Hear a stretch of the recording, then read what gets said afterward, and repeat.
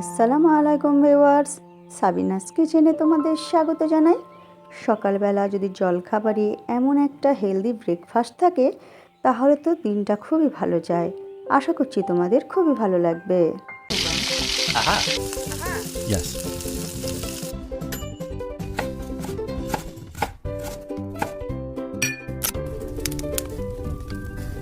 Wow. এখানে আমি আমার পছন্দ মতো সবজি চপারে কুচিয়ে নিয়েছি। গাজরকেও ছোট ছোট করে কুচিয়ে নিয়েছি।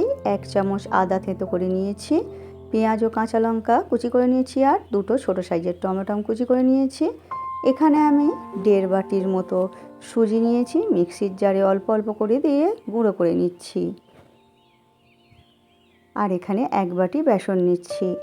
1.5 বাটি সুজি, 1 বাটি বেসন। এরপরে সমস্ত সবজি আমি এর সঙ্গে দিয়ে দেব।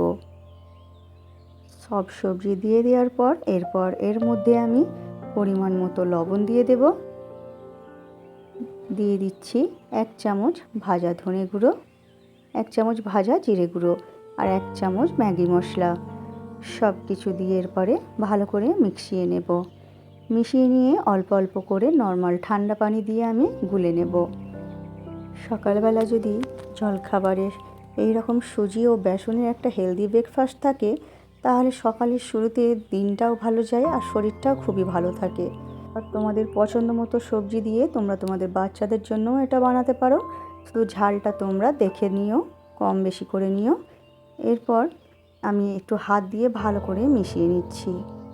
যতই যাই হোক, হাত দিয়ে মিশিয়ে নিলে মিশ্রণটি আরও ভালো হয়।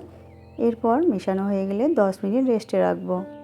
দেখো এর ঘনত্বটা কেমন হবে, এমন ঘনত্ব আমি রাখছি। এরপর একটি চুলাতে ফ্রাই প্যান বসিয়ে গরম করে নিচ্ছি। তোমরা যদি ননস্টিক তাওয়াতে করো তাহলে তেল দেওয়ার প্রয়োজন নেই। প্রথমে যদি এমনি তাওয়াতে করো তাহলে তেল দিয়ে গরম করে নিয়ে মিডিয়াম টু লো আঁচ করে দিয়ে তারপরে করবে। আমি এখানে মিডিয়াম আছে আমি এটাই করে নিচ্ছি গরম করে নিয়ে। এরপর চিলাটি ছড়িয়ে দিয়ে ঢেকে হতে দেব। 1 পিঠ হয়ে গেলে হালকা করে আমি সাদা তেল ব্রাশ করে দিচ্ছি। তোমরা চাইলে তেল বা ঘি দিয়ে বা বাটার দিয়েও করতে পারো। হালকা করে ছড়িয়ে দিয়ে এরপরে আমি চিলা উল্টে দিচ্ছি।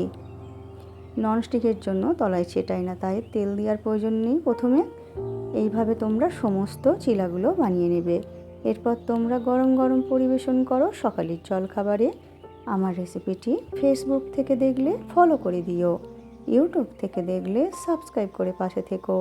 আমার রেসিপিটি শেষ পর্যন্ত দেখার জন্য তোমাদের অনেক অনেক ধন্যবাদ রইল।